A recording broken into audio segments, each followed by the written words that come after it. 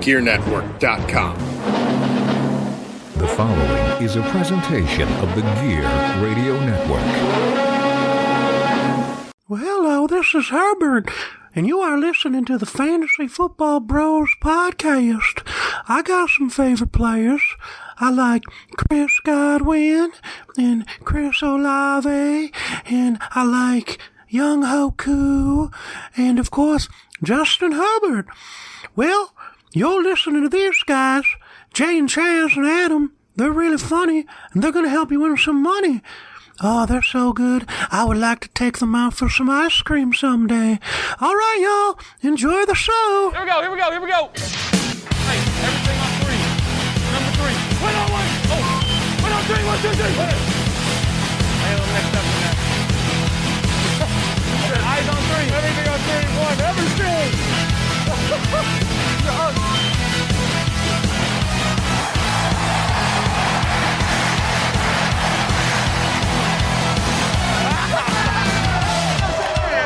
You are now listening to the Fantasy Football Bros podcast.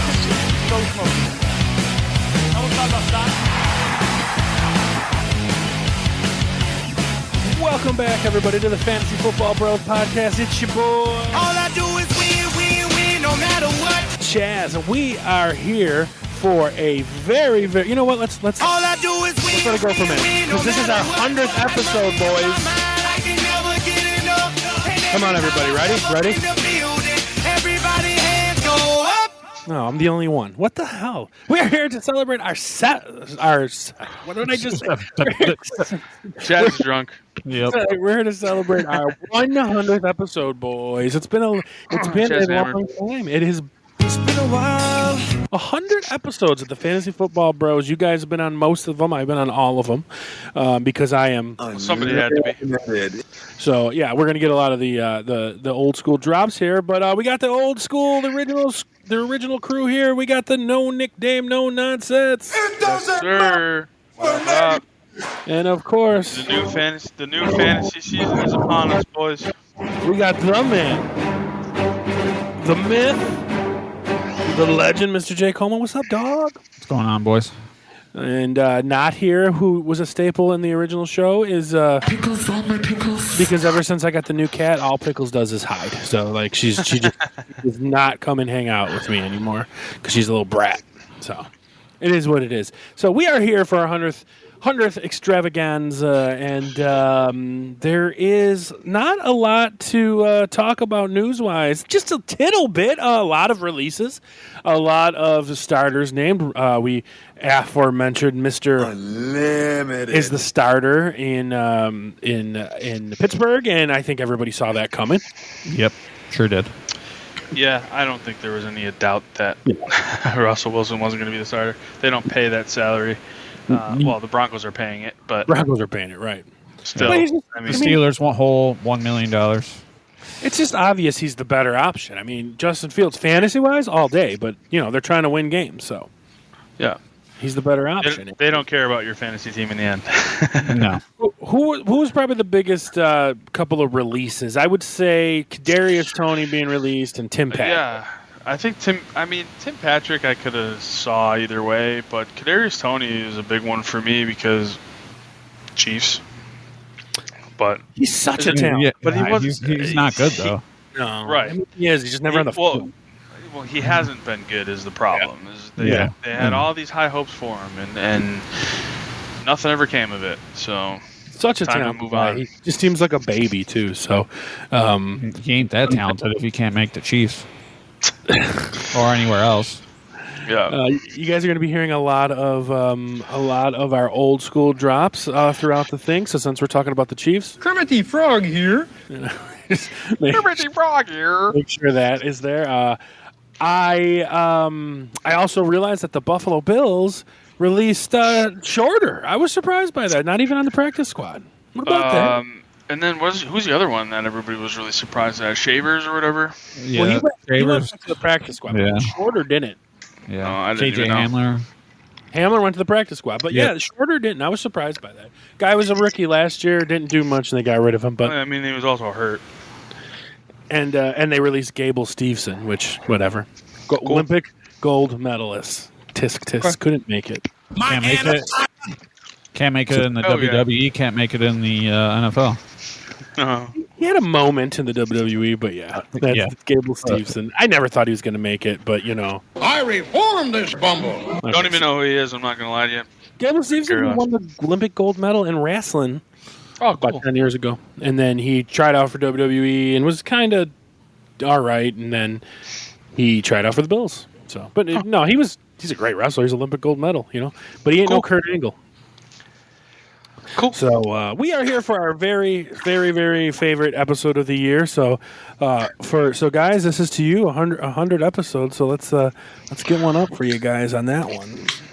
And then, what better way to celebrate it than our favorite episode of the year of the Nahbrah episode, right? It's time. Sure. And it's time for our Nahbrah and our Mantasy Crushes and our sleeper picks. We maybe they followed the rules, maybe they didn't. We'll see. But we've got the what's your Mantasy Crush, Adam? What is a Mantasy Crush? Tell me. Oh, well, let me tell you, Chaz. Your Mantasy Crush is the guy that you just have to have. He's basically your favorite fantasy player that always ends up on your roster for some other reason.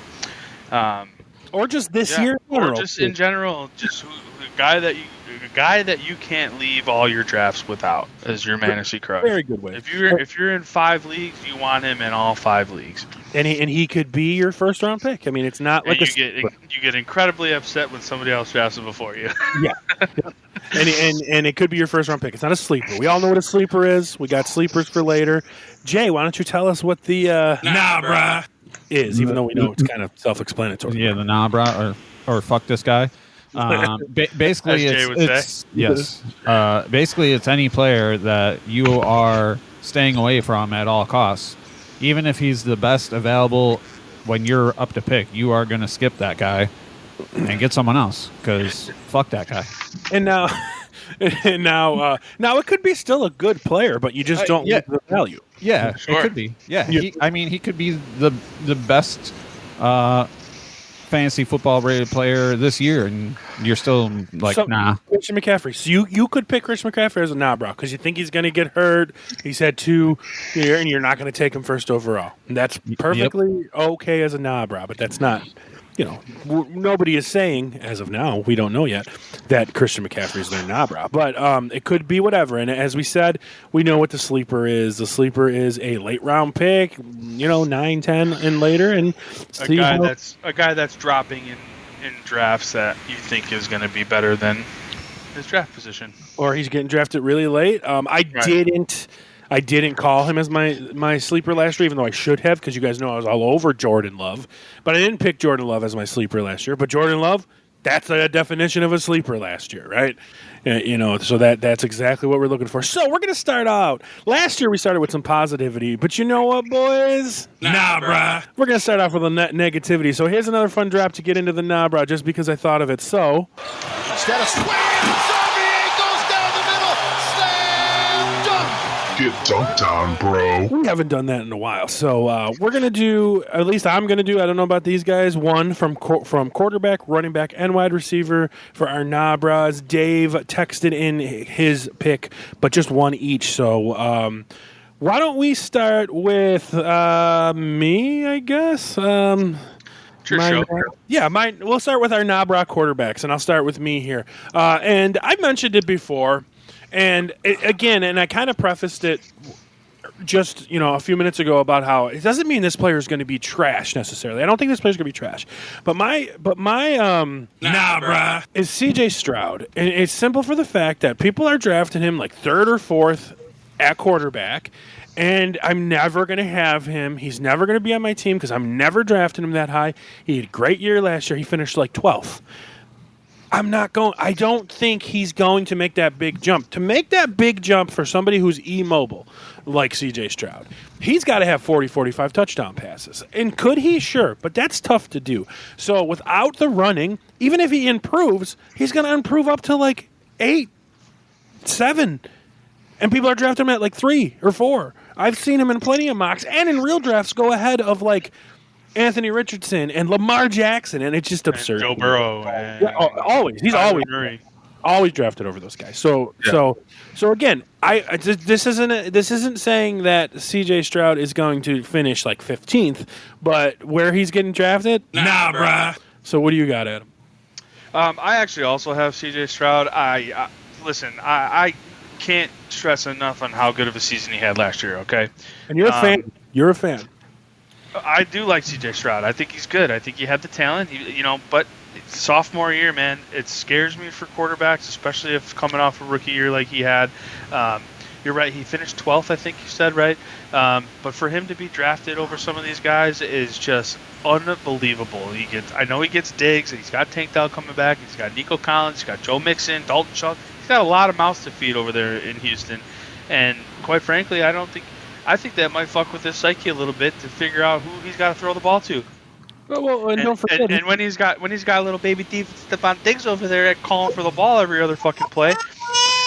Steph, relax. But for him to be, just for him to be drafted and it's so early, and we're talking like I've seen him go in the second round, I've seen him go in the third round. Like, first of all you people who draft quarterbacks in these early rounds, you're all psychopaths.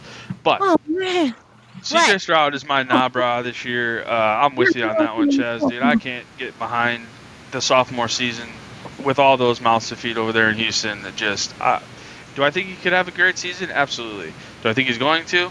I think it'll probably be right around this. If he maintains it from last year, it'll probably be right around the same. I don't think he moves up to 7 or 8. I think maybe he might move up to 11 or 10 or 11. I just think that's his ceiling. Like I think that's where he's at. I think that's all he's got. And you're right. He would have to throw for like 4,500 yards and be in the MVP talk. But I don't think he makes it this year. All right. So I'm not drafting him that high. No so chance. Once again, CJ Stroud. Nahbrah. All right, Jay. What about you? What's your quarterback?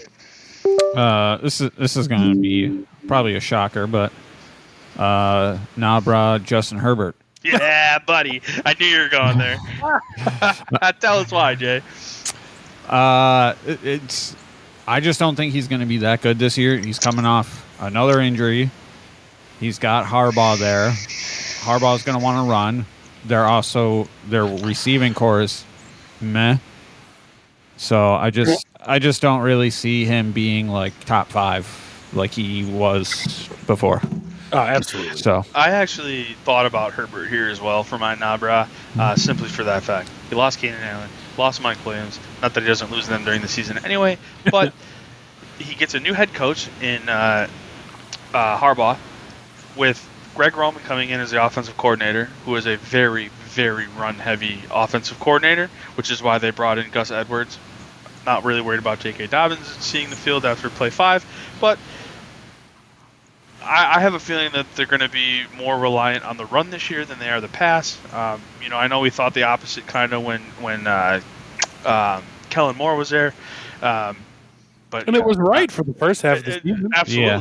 Absolutely it was. But yeah, no, I agree with you, Jay. I like that one. And his receiving core this year went from Keenan Allen and Mike Williams to Josh Palmer, DJ Shark, Ladd McConkey, Quentin Johnson, and Will Dissly for your tight end. No, I do like their one tight end option. They did bring in Hayden Hurst. I think they did, but he's listed as second right now. So yeah, I think he's a sneaky sleeper. But like, is it McConkey Vikings? No, McConkey went to the Chargers. Yeah, but don't forget they got. Oh yeah. Okay, yeah, you're right. I'm sorry. I was thinking Johnson, the savior. I'm an idiot. Yeah. They got the savior, Q. Yeah. No, that's great. And, like, he's not even getting drafted high. I mean, I picked him in our Fantasy Football Bros League as my backup. So, like, whatever. Yeah. If he's great. I had a draft last night, and Herbert was taken as a backup in the last round.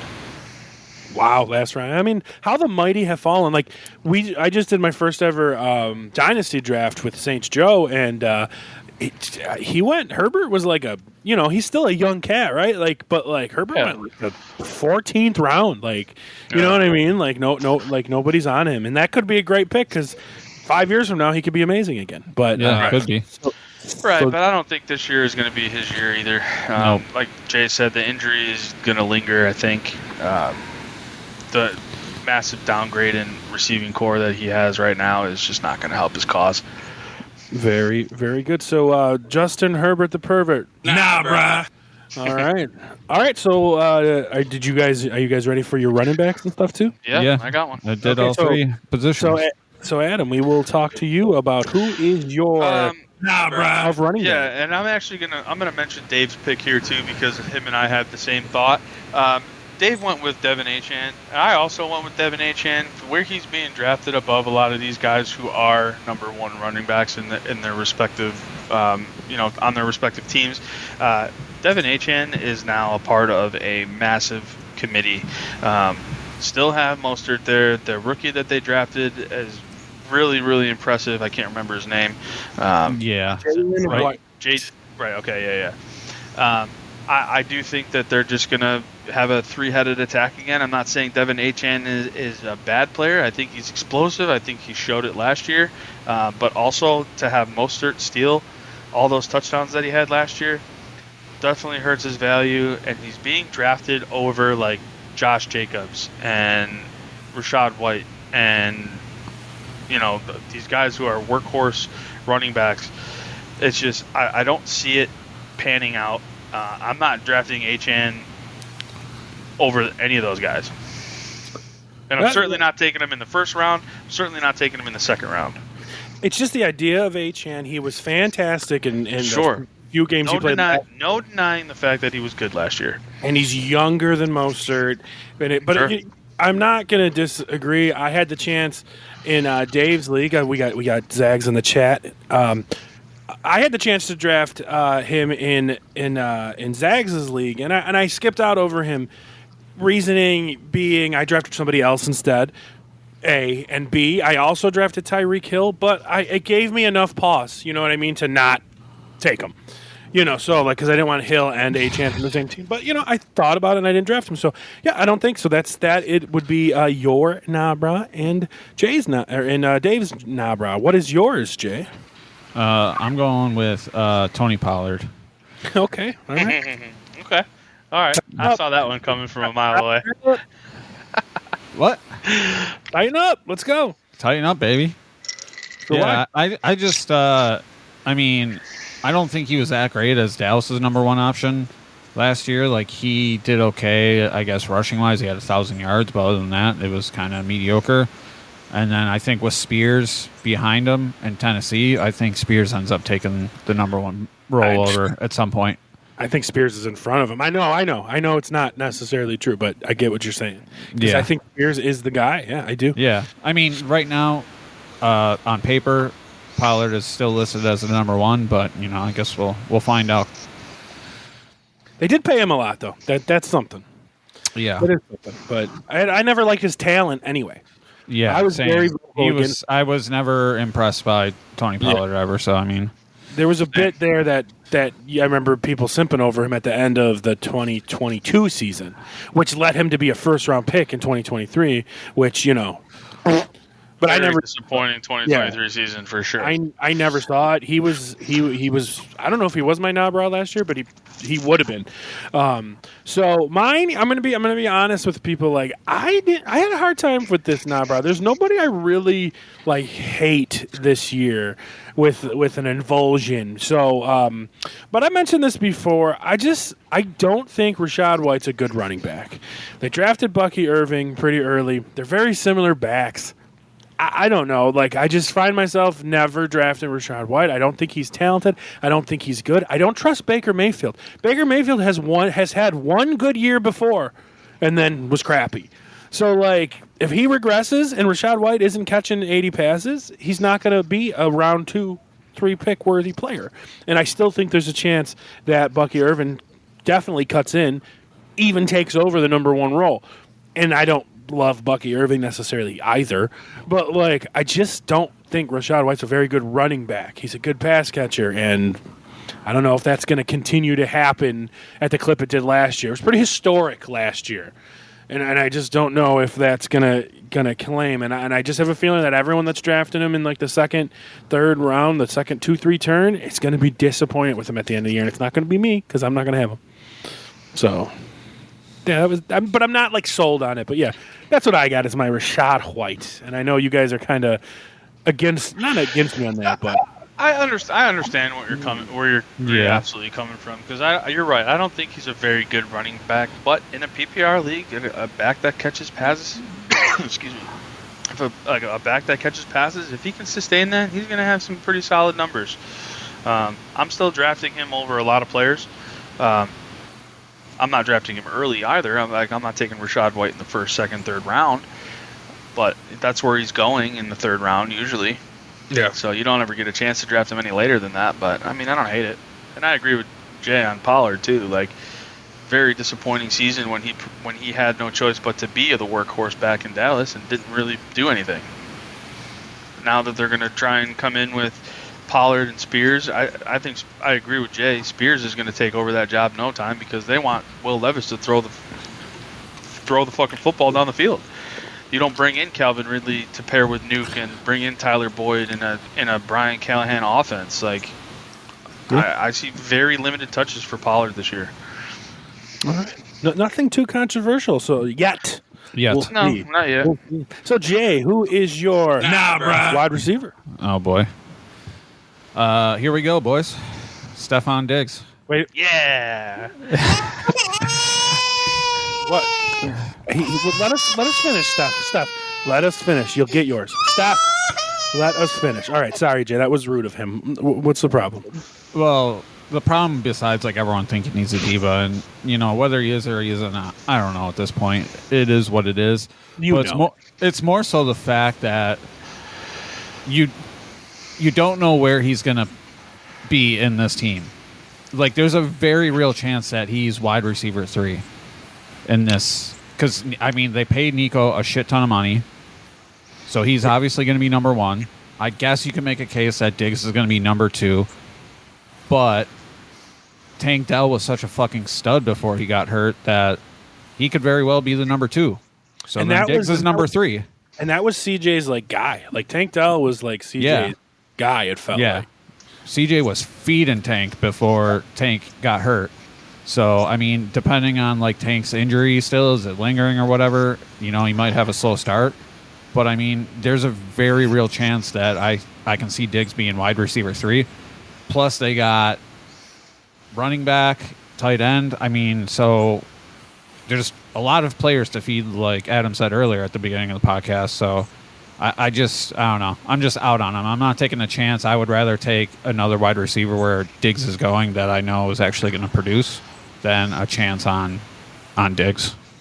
I'm not going to lie. He was almost my Nahbrah. I have him written down, and I'm not going to talk about him because Jay just did, but I have another guy, too, that I wrote down. So, so, like, I'm definitely with you on that one. But, sure. But like you said, there's a chance he's their number 3. There's a chance he's their number 1. Who the fuck knows? It's just a scary prospect. But I'm going to lean on the side of, like, that production that's already happened with that quarterback and the connection that those two guys over Diggs, and that's where I'm going to go. So my Nahbrah, and it's a player that I actually really like, and I think he's super talented, and he's going to be much better than he's been in his career so far, but the price is absurd, and it's Drake London.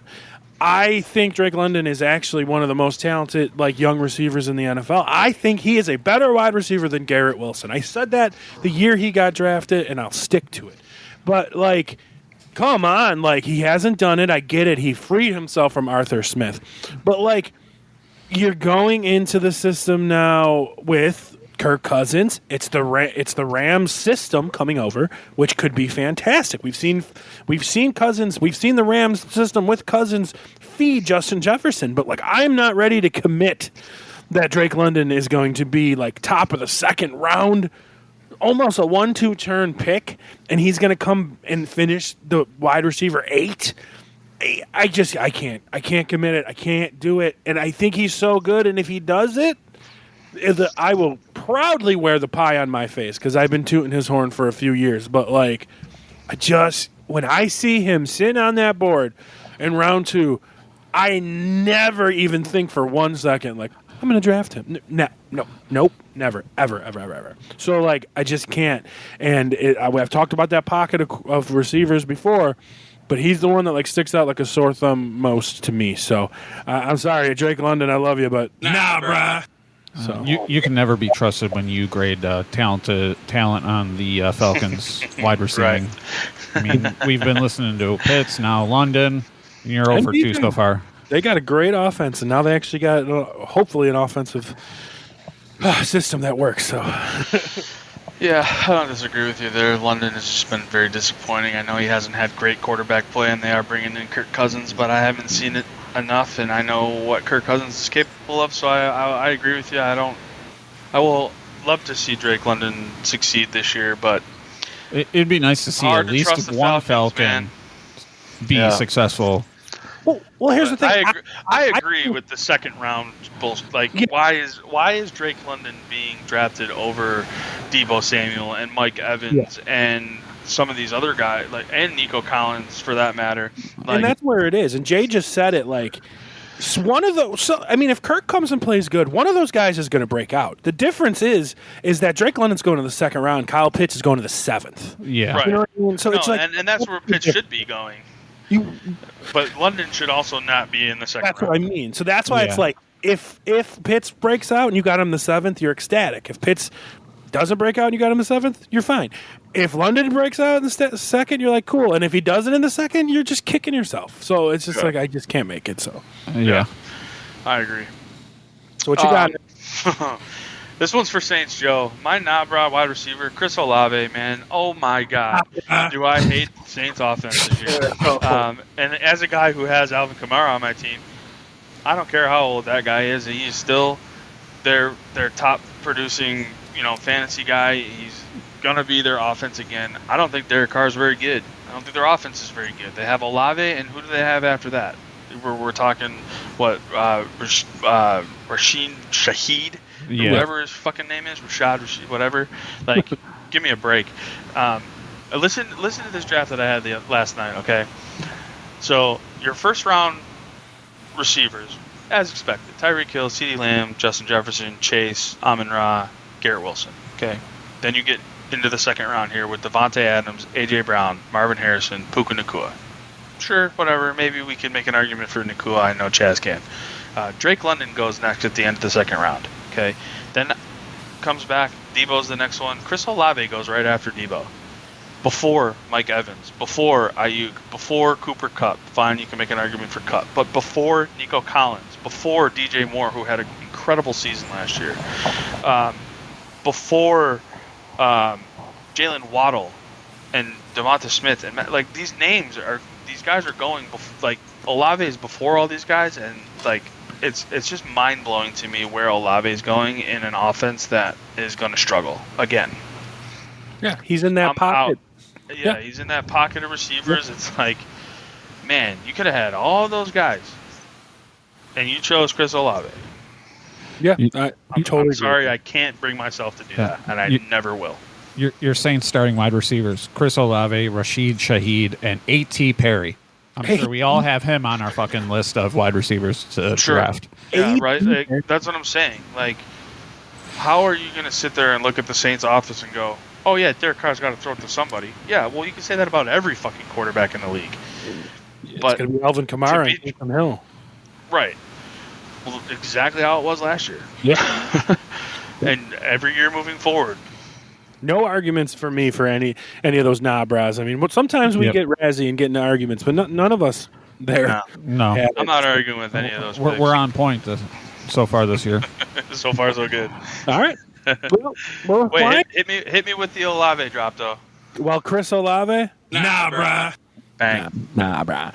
All right, so we'll move on to our sleeper picks, and this one's always fun, and this one's always a great call if we can get it right at the end of the season. And I'm going to start because I have a feeling that some of you might agree with me and maybe not. But I'm going to tighten up and say Will Levis for the quarterback is the sleeper. I mean, Adam said it earlier, he's got a big arm. He's not that accurate, but whatever. He's got a big arm. They brought in Calvin Ridley. They still got Nuke. They got the pass-catching backs.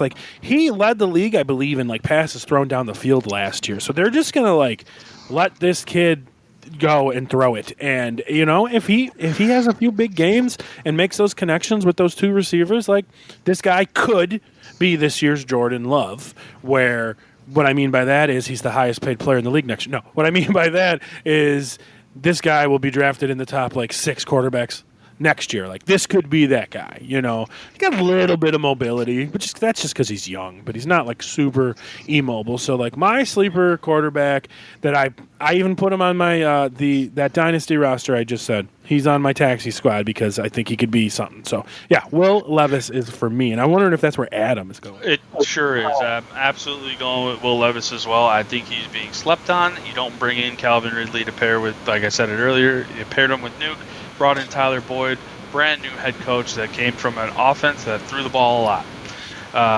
And I think it's just going to continue, and I really do think that Pollard's going to struggle. Spears will eat a little bit because he's more of a pass catching back, but they want to throw the ball down the field with Levis. They want to, they want to get Ridley involved. They want to get Hopkins involved more. They brought in Tyler Boyd, who's an excellent third receiver, and he was an excellent third receiver in Cincinnati. Great slot guy. They still have Traylon Burks, who, yes, he can't. I forget about him always. So does everybody else, and they had a really good. Westbrook Akine is not. He can't stay on the field with that asthma. Exactly. He has trouble staying on the field, but that's why I think they brought in Boyd for that reason, is because they know what they have in Burks already. Okay, I think Will Levis. I got into an argument at work because we're all Titans fans, down here in Nashville. Will Levis is going to lead the league in passing with 4,700 yards. I'm like, I mean, he very well could. I don't see it happening, but I do see him throwing a lot more. And now that he's going to have a full season under his belt here. We're looking for Will Levis to be the sleeper of the quarterbacks, and I agree. I think he can certainly work his way up draft boards next year. I'll tell you, if that, what you just said, if that was a good bet, if there was a good line on that, I would take that. 100%. If there was a bet that he would throw for I'm sure you could find one that, he'll throw for 4,000 plus yards, right? Let us know, Dave. Let us know. I'm sure. Let us know. I'm sure there is a bet out there, but yeah, Will Levis, sleeper quarterback, man. Look out for him. That's 2 for 2. What you got, Jay? He was definitely on my list, but since you guys talked about him, I'm going to go with Baker. And only for the fact, he had a really good season last year. He's got basically the same offense again this year. And where he's getting drafted, I think if he can repeat what he did last year, he's going to be very solid, especially if you waited and drafted a QB and you're kind of on the fence, then you might want to pick up Baker because he's going so late. And, he might surprise you if you're unsure about the first QB you selected. So that's where I'm thinking for sleeper for QB. I definitely saw him getting even started last year towards the end of the season in some league. Yeah. Yep. Absolutely. So I actually had him in my in the league that I drafted in yesterday. I'm pretty sure I had Baker on my team at one point. So I agree with that. I agree with Jay completely that they brought back the same offense. They got Mike Evans, Chris Godwin. They drafted who's their rookie? Tillman. I think it's Tillman, something like that. Big body outside. McMillan. Jalen McMillan. Tillman. Right? Yeah, whatever it is. See, it shows how much I know my rookies, right? I always liked McMillan. I've always liked Baker, but as an NFL quarterback, I just don't fucking trust him. I get it. He's been in the league 6 years now. He's had 2 good seasons out of 6. So I know, it's he's gotten me hyped before. That dude won Rookie of the Year, and then was crap. So I don't know. I like Baker. I wish he is good. I hope he is good, and he's a starter the rest of his career. You know what I mean? I really hope, because I love the kid. I really do. But I just don't trust him. But I don't think he's a bad pick at all, Jay. So not at all. So Adam, let's talk about your sleeper running back. Ooh, all right. And this is going to be a pretty crazy pull, but my sleeper running back this year is Trey Benson. Okay, rookie in Arizona. I can't trust James Conner to play a full season. Okay, because he can't. I don't think he has. I don't think he has ever had a full season in the NFL. Okay, I expect Trey Benson to come in and be just fine in that offense. Now they drafted, Marvin Harrison Jr. as well. and Kyler Murray's back full season. He's healthy. He looked good at the end of the season when he came back, and Trey McBride's there now too, so he's got passing options now. I'm looking for Trey Benson to be a sleeper this year. He might not start right away, and that's okay if you can get him late in drafts and just stash him there for a little bit, because the inevitable James Conner injury is coming, guys. I'm telling you right now, it is going to happen, and it's just a matter of time on when during the season that does happen. That's a very good one, man. Like he's been in the league 7 years, not a single full season. Yeah, never. Just like now. Yeah, he never has, and I think it's a good. He's a rookie, you know. Give him time to get his legs under him, and he was on my short list for sure. So I don't think that's a bad one. What do you got, Jay? I got Jonathan Brooks, Carolina's running back, where he's getting drafted. Obviously, like he's going to be missing the first 4 weeks of the season, and he might have a slow start. But I think if towards the end of middle to the end of the season, I think he has potential to do pretty good. So if you stash him on your bench and get him late like he's been going, then could be a pretty solid option for the back half of the fantasy season. I mean, he doesn't have a lot of hard people to beat out. Right. Yeah, that too. No competition there. And he's highly rated. He should have, they were talking about how he probably would have been like a first-round pick or something. Right. Well, he's coming off of the ACL injury. And that's always scary for running backs. So, sure. I mean, it's hard for me, and I like Jonathan Brooks. I have him. I think I have him in the Fantasy Football Bros League, but I'm scared of him coming off the ACL injury just because it takes a while. And I get these traumatic Miles Sanders vibes from him. And what I mean by that is, like, the player in general is way better. Jonathan Brooks is way better than Miles Sanders. But, like, Miles Sanders was Bijan Robinson's backup his whole career. Miles Sanders was Saquon Barkley's backup his whole career. Jonathan Brooks was Bijan's backup their whole career. And then the next year, they're the starter. They do fairly well. They get drafted in the NFL. We've all seen what happened with Miles Sanders, who coincidentally is on the same team as Jonathan Brooks right now. But, so I'm a little, scared of that Miles Sanders treatment. Two of the best running back prospects ever. You were their backup. So everybody already seems to love you because of that system. And maybe I think Jonathan Brooks is a better running back than Miles Sanders. 100,000%. So, and I actually drafted Jonathan Brooks in that Dynasty League too. Yeah, a lot of analysis, had Brooks as the most solid running back prospect in this year's draft. Definitely. But for the ACL injury, Yeah, so it's definitely, I think, a good sleeper if you can get him late where he's going and stash him on your bench for the first, 4, 5, 6 weeks. That ACL. But Breece Hall came back just fine. He had a slow start, but he did. No, you're right. That's a good comeback. I didn't. That slipped my mind. He did 100%. So not everybody is like Javonte Williams. He didn't really get cooking until the end of the season. So yeah, that's right. Good call on that one. All right. So did I do mine yet? Yes, I did. Right. No, I didn't.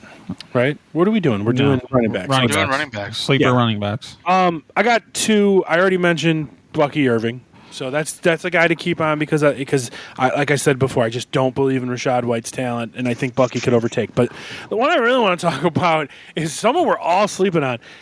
And I've liked this guy for a while. He's going to a team that's going to use him, going to a team with a defensive head coach that's going to be down in the game with a rookie quarterback, and he's going to sit there and catch 9,000 passes, and that's Antonio Gibson.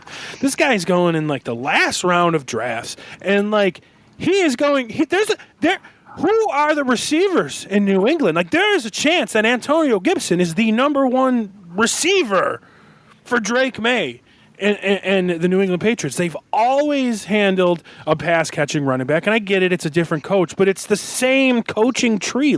This guy was a Belichick player, and I just think he slept on it. Antonio Gibson, I'm not going to say he's going to have an Austin Eckler type season, but maybe Austin Eckler's last year type season. You know what I mean? Eckler wasn't a first-round pick playing last year, but he was playable. He was flexible. I can honestly see by week 4, Antonio Gibson in people's flex spots easily. I'm having PTSD right now. I bought in. You sold me on the Gibson hype train a couple of years ago, and it didn't pan out. So This is his 5th year in the league, people, and this guy has had 2 top 12 finishes, and people act like he's trash.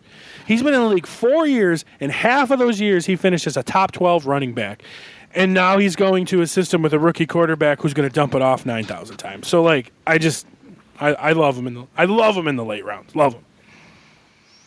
I actually drafted him in the late rounds in my draft last night. I got him in the 13th. Yeah, love him. And Love the him. only reason why definitely a good reason why he wasn't lower is because I needed a defense and a kicker. Yeah, so good.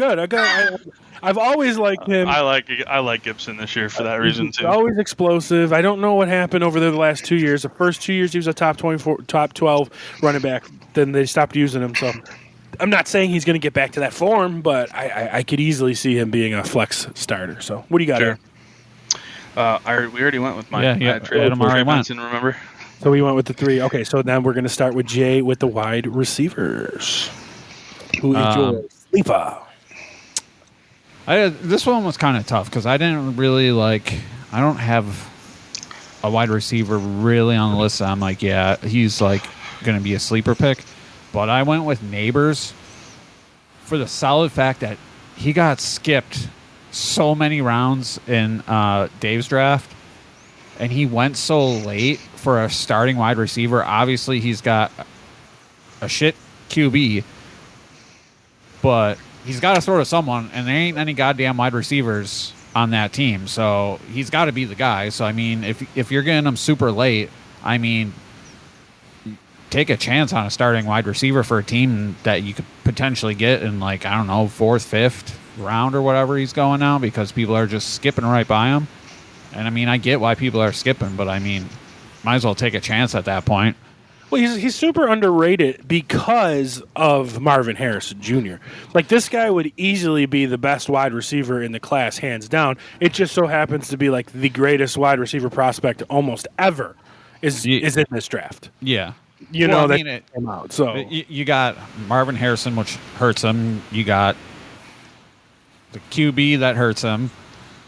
The team is kind of so that hurts him. So, I mean, there's a lot of factors working against him, but, I mean, he's the only real good option in New York. So, I mean, I love him, and the reason I'm jumping in on you with you here is because I'm going to differ with you for a little bit. My pick isn't Nahbrah.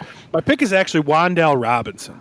I found myself getting him in a lot of drafts. 2 years ago, his rookie season, he was carrying that team. Then he tore his ACL late in the year, took forever to come back, blah, blah, blah.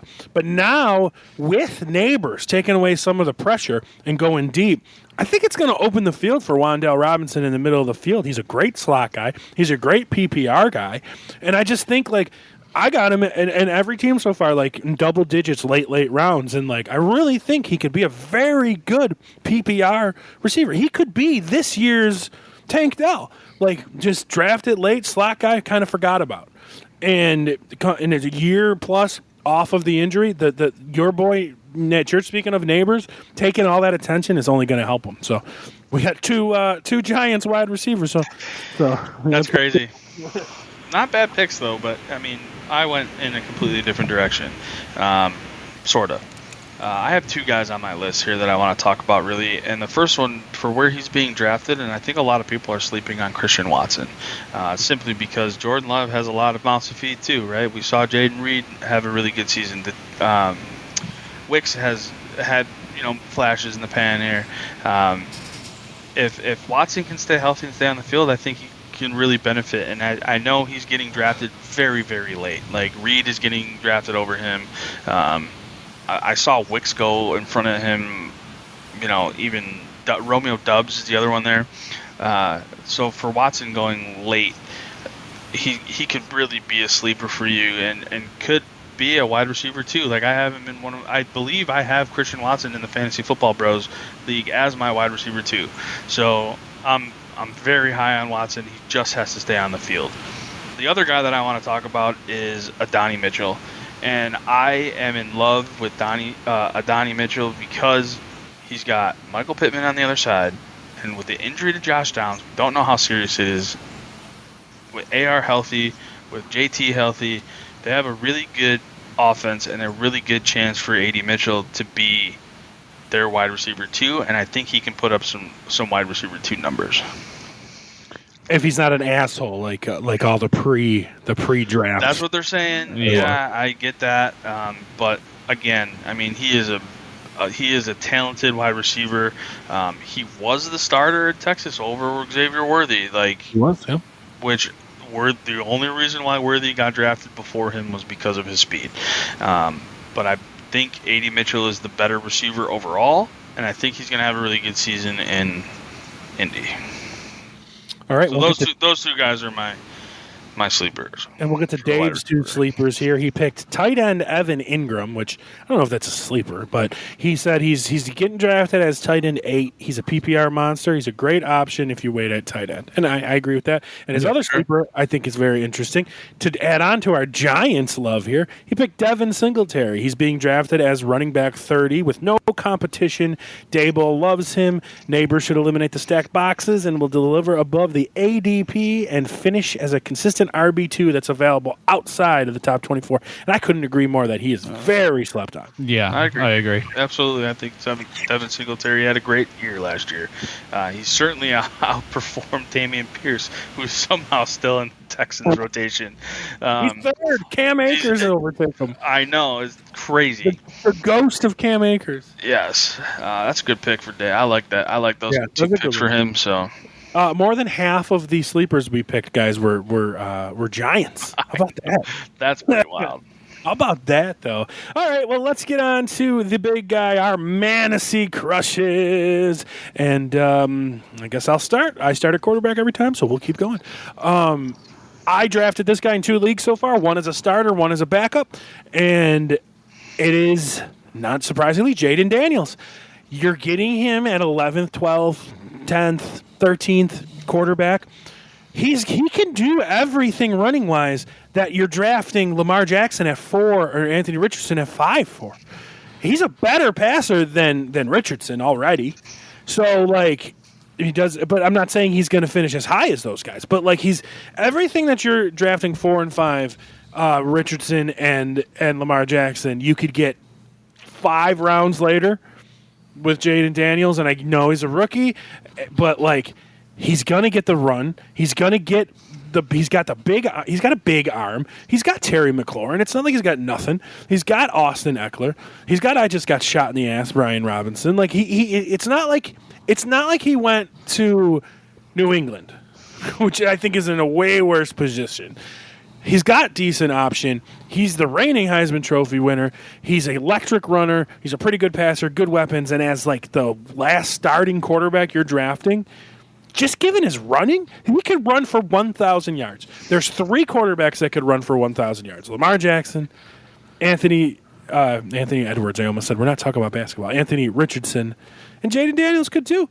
Sure, he could get hurt, but all those running quarterbacks could get hurt. So it is what it is. And if he gets hurt, you have to back him up. And I smartly backed him up in both leagues just because of that factor. So that's the guy that I'm going to bat for this year. I've decided this year I'm waiting on quarterback. I got him in 2 of the 3 drafts I've done so far. And I got a couple more to go, and we'll see what happens. I'm probably going to end up drafting Josh Allen in one of them just to have him. But I've made it a point this year to wait for quarterback. And I was saying earlier in the season that my goal was Caleb Williams, but it switched to Jaden Daniels. I had a chance to take Caleb Williams in all those drafts, and I took Jaden Daniels instead, just because of the wheels. So that's the guy I'm planting my flag on. I like it. So I don't think that's too surprising. It's probably surprising over Caleb, but I knew it was going to be one of those 2 guys for you. So I think the thing with Caleb Williams is that people know he's good. I don't think he's really, a guy that people want to wait on. Jaden Daniels, he went to the Commanders, right? They just think Commanders, it's they're just dog shit. Where Caleb Williams, we know he's a talent. We know he's got wide receivers. They brought in a bunch of weapons for him to make it his offense, to help him succeed. So Caleb Williams is really kind of getting drafted right in the middle of drafts, which is kind of expected because you have all those other guys that go before him, and he is a rookie, so that factors in. Jaden Daniels is just – I think you're right. I think the Commanders are being slept on as a team as a whole. So I like that pick. There's a guy that we shit on a lot in the NFL, and that would be... Hey there, little fella. Right? We always give that guy a hard time, right? He was drafted in 2019. Who was his head coach for 2019 and 2020? Do you guys know? Was it Cliff? That'd be Cliff Kingsbury. Who is Jaden Daniels' offensive coordinator? Cliff Kingsbury. Where did Hey there, little fella. finish on his rookie year in fantasy numbers for quarterback? Well, what do you think in his rookie year, 2019? 5. He was top 5, right? He was 7, right? So 7, close. but that's all right. That was his rookie year. He finished 7. Caleb or Jaden Daniels is a much better athlete and quarterback than hey there, little fella. But here's the big one that shocked me: 2020, his second year in the league with Cliff Kingsbury. Where did Kyler Murray finish? I'm gonna go top 5 again. Second. Okay. Kyler Murray was QB2 in 2020 under Cliff Kingsbury, only 15 points less than Josh Allen. I just think Jaden Daniels is a much better quarterback in general than Kyler Murray ever was. So, seeing that potential with that offense, I'm about it. So I'm very happy with that. So, Adam, who is your... Man, you already know. The guy who likes to wait on quarterbacks and is very happy with Matt Stafford as my QB1, okay? Guy threw for 3,900 yards last year. Missed 2 games. Very easily could have been over the 4,000-yard mark. His touchdowns were down a little bit. His interceptions were up a little bit. He went 24 touchdowns, 11 interceptions. But 3,900 yards is nothing to bat an eyelash over. But he's my guy, man. Matt Stafford has always been so consistent in the league, regardless of the injury history. But now he gets a healthy Cooper Kupp back, who I know we shit on a little bit for being a little bit older. I know we shit on Puka Nacua for going so early in drafts after his rookie breakout season. I have Kyron Williams, who I know Chad shits on a lot, but in Sean McVay's offense, it runs through Cooper Kupp, and it always has. The reason why it didn't last year is because he didn't have him for most of the season. Puka Nacua was the guy, and they just let him run with it. Kyron Williams had a great season. I'm looking for Matt Stafford late, and I'm very happy for waiting on a quarterback, because anybody who drafts those guys super early is just missing out on other talent for their team. So give me Matt Stafford all day, and I'll say it until he retires.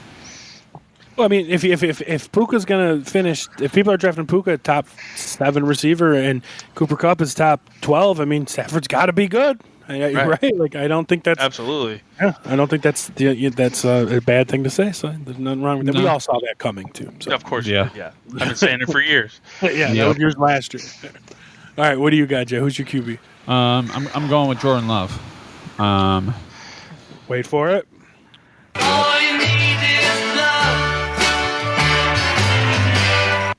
Me and him had a love-hate thing going last season, but I think he's only going to get better this year. And I think pun, by the way, love-hate. I see what you did there. You like that? And I think he's going a little bit lower than most people expect, because people are taking.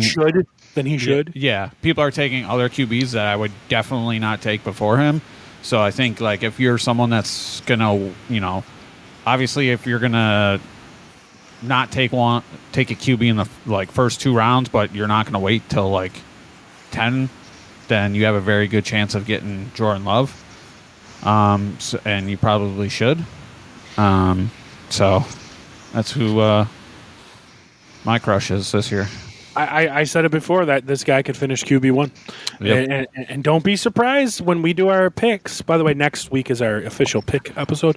If I pick Jordan Love to be NFL MVP, I would not be surprised. I think the guy's amazing. Dave's Mantasy Crush is a quarterback, so I'll put him in here now. It would be, not surprising, Anthony Richardson. He says, Anthony Richardson's my Mantasy Crush. No surprise there. Points per game last year was insane. Mobile quarterback, healthy. JT, addition of Adonai Mitchell. Josh Downs is not out as long as expected. Drafted as QB5 in the 5th round with QB1 potential. And that is very true. And I believe he was my Mantasy Crush last. No, it was Herbert, but I love him too. So nothing wrong with that. So we'll move on to running backs. We'll start with you, Adam. Man, you already know this is coming. Josh Jacobs, give me my boy. Guy goes from one workhorse team to another. Do you just want me to take your take from last year and just press play? Yeah, you can absolutely do that. Because you already know who's coming for wide receiver too. Give me some Josh Jacobs, man. A.J. Dillon back, IR out for the season. Josh Jacobs has no competition back there, dude. Jordan Love's got all his receivers, and now he's got a better running back in Josh Jacobs over Aaron Jones. Why did you Swallow? I'll be absolutely. I'll say that all day long. Yeah. Give me some Josh Jacobs, man. And Green Bay's got a really, really nice offense that I like watching. Looking forward to seeing Josh Jacobs thrive in Green Bay. We're all Double J fans here. Yep. You're going to get your argument from us. Love the guy. Love him. All right, Jay, what's yours? Well, I'm not going to be as predictable as Adam, so I'm not going with Kyren, even though he's I have him on my list too, but I didn't want to talk about him. Yeah, scumbag. Just read.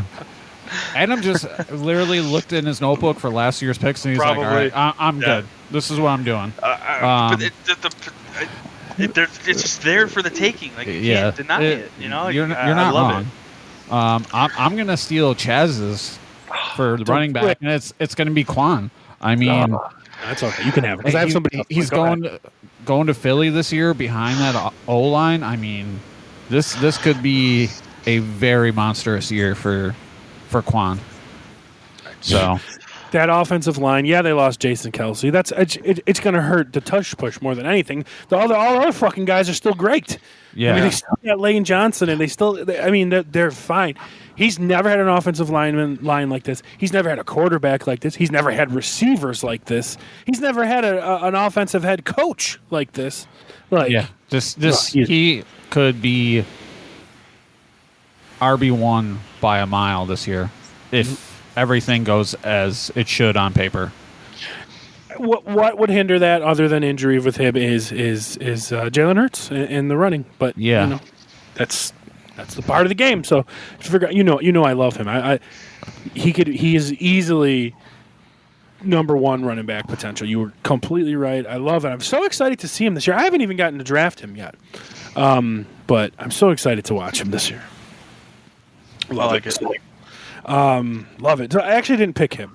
And I didn't pick Bijan because the one that I find myself ending up with the most, because I can't get those guys because they're flying early.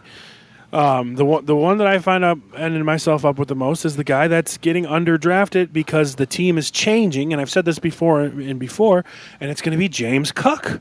The Bills team is not going to be Josh Allen. Fuck it, Diggs is down there somewhere anymore.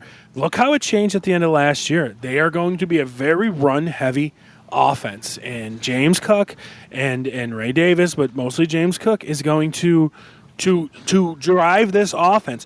He already catches a bunch of passes. Not a bunch, but he catches passes from Josh.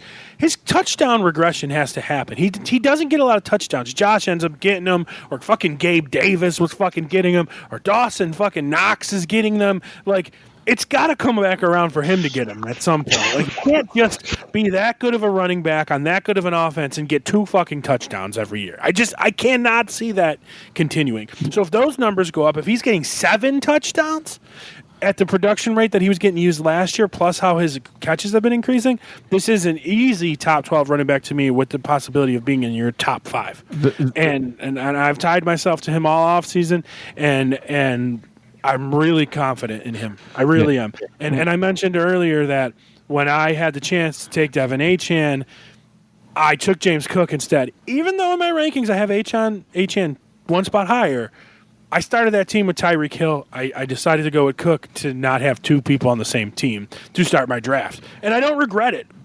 I mean, they're that close to me anyway in my head. So James Cook all day. Yeah. We all know Cook is electric, and I've watched him every week live from the stadium, and he is such a smooth flawless runner.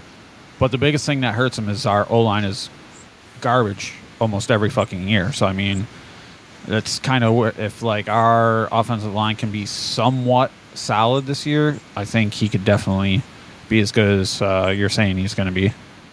I literally would be surprised if he's not a top 12 running back. I would be surprised. Yeah, I really would. Same. So, all right, we'll move on to our wide receivers, and we'll start with you, Big J. What you got?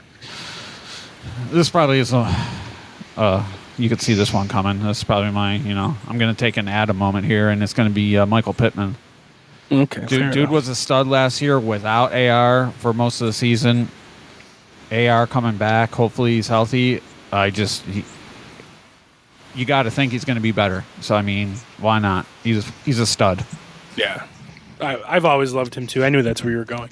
I've always loved him, too. I like it. I like Pittman a lot. Yeah, I do. I liked him when he, didn't have Anthony Richardson. Now that he's got Anthony Richardson, hopefully he can stay healthy. I like Michael Pittman to a lot this year. Well, Adam, why don't you tell us about Mike Evans? Hey, guys, what do you know? My fantasy crush for wide receivers is Mike Evans. And here's the reason why. He's so consistent. He's a big dude. He's a big body. He's got a very, very large catch radius. I mean, he's going for 11 or 12, I think it is, 1,000-yard seasons in a row. He's a safety blanket for Baker, and as much as we don't trust Baker at times, I can trust Mike Evans to bail out his quarterback every now and again. Give me Mike Evans all day long, please. Yeah, and I mean, it's the same offense as last year, so he's got to be at least offense, just as good. So, I mean... Yep, exactly. And I'm okay with that. Give me Mike Evans. I'll take all three of my fantasy crushes from last year and go home. It's very fair. My fantasy crush, and it's a little weird because this is easily a first round pick, but I actually Puka Nacua. It's okay. We know it's Puka. I've seen this guy fall to the second, and just for some reason, I just don't understand how this guy's falling off in drafts, and it's Jamar Chase. Why? Why are we giving up on Jamar Chase where he's falling towards the end of the first round now? We give up on Justin Jefferson because he lost Kirk Cousins. Okay, I can see why he fell down a little bit. He's gaining Joe Burrow. He's going. I had him as my number one overall player last year. That's how much I think this kid is talented. He is the best receiver in the NFL, I think, talent-wise. And if you look at the top 5 wide receivers, however you want to say them, Hill, Lamb, Double J, Chase, A.J. Brown. Say those are the best 5 receivers. He has the best quarterback of all those guys. So for some reason, people are thinking, oh, Joe Burrow was hurt last year and Jamar Chase was still pretty goddamn good without him, but we're going to drop him in our ratings. You're insane if you do that. If you're going to take A.J. Brown instead of Jamar Chase, join my league. Please join my league. I want you in every league that I'm in. If you're going to do something like that, if you're going to take Puka Nacua over Jamar Chase, I will pay your way into my league. Please. Come into my league. If you're going to take Marvin Harrison over Jamar Chase, I will kick Adam out of this league, and you can join this league. Please. You can't kick out the champ, dude. That was uncalled for. What if you take Drake London over Jamar Chase? I'll give you the first overall pick. But seriously, I haven't seen Chase go say behind London or anything like that. But I don't even know about Harrison, but I've seen Nacua go above him, and I've seen AJ Brown go above him, and that is just out of fucking bounds insanity to me. It's recency bias, even though Jamar Chase missed 4 games, didn't have Joe Burrow, and still finished, I believe, as wide receiver 12 last year. Jay, I can double check on that. I don't know. There's just something about him where he's landed. He finished at wide receiver 13. He missed a couple of games. Joe Burrow missed all the games. That's what it was. And he still finished as 13 with missing a game. So I just can't. He's going to have a big. He's proven that he can do it without Joe Burrow. All these other guys don't have. You're more confident in Amon-Ra St. Brown, which is great. He's a great fucking PPR receiver. But you're more confident in him with Jared Goff than Jamar Chase with Joe Burrow. That, I just can't. Those two I have back to back. And St. Brown is worth it, so I don't know why I'm arguing against St. Brown. But just say Nakua. Like it doesn't make sense to me. It's recency bias, and I love Jamar Chase. Well, like we said too in our rankings, the wide receiver rankings are kind of fucking dog shit when it comes to where players are going in the rankings. So yeah, I Chase was my number 2 wide receiver. The only reason I take Hill over him is just because of the explosion, and that's it. That's the only reason. And I could kick myself. I took Hill over Chase in Dave's league, and it wasn't easy. It wasn't an easy pick because I really like Chase. But yeah, so Chase I've ended up with a lot, and that's my guy. So I think he's the best wide receiver in the NFL. So there you have it, folks. There is our 100th episode and our Nahbrahs and our Mantasy Crushes. So season starts. We have one more episode till the season starts, right? Or actually, the next episode comes out the day the season kicks off. Yeah. Thursday night football, baby. We got next the Chiefs, and I can't remember who it is, but I know it's the Chiefs. Well, make sure you guys tune in next week for our official prediction episode where we're going to pick division winners, Super Bowl champ, NFL MVPs, Rookie of the Years, and then just have some random player debates and things like that, which I did fairly well on last year. So we'll see if someone's coming for that crown this year. So thank you guys for 2 years and 100 episodes, man. I appreciate y'all. Yeah. Appreciate you. Dude, that's crazy, man. Episode 100. Episode 100, and Dave's not here to enjoy it with us. Yeah, because he's sitting by his pool. Because he's sitting by his pool thinking that his setup is trash. Looking at pictures of his BMW. Well, we Dave is a member of the crew. We've had John on a few times. We've had Chad on. You know, St. Joe's a contributor. St. Joe, it's funny, in that Dynasty League we did, I was looking at it was on Sleeper, and you can change the players' names to their nicknames, and he puts like the nicknames we have. Like he's got Kyler Murray, and his name is a little fella. That's awesome. Stuff like that. So shout out to St. Joe for that. But I want to thank you guys for being a part of this 2-year 100 episode run, and I want to thank everyone at home for checking it out, because if it was just us 3 listening to it, I would have quit a long time ago. So I know, like we keep trying to get we're trying harder to get the Facebook the YouTube numbers up, but you know what? We're not with the YouTube numbers. Whatever, it's up on YouTube if you like it, but we get a lot of listeners on the podcast platforms, and that's how we started in general. Nobody wants to see our ugly mugs anyway. That's true. So true. So thank you very much, guys. Thank you for 2 years. Thank you for 100 episodes of the Fantasy Football Bros podcast. And we love you, and we'll see you next week. And later, guys. See you, boys. The preceding presentation has been brought to you by the Gear Network.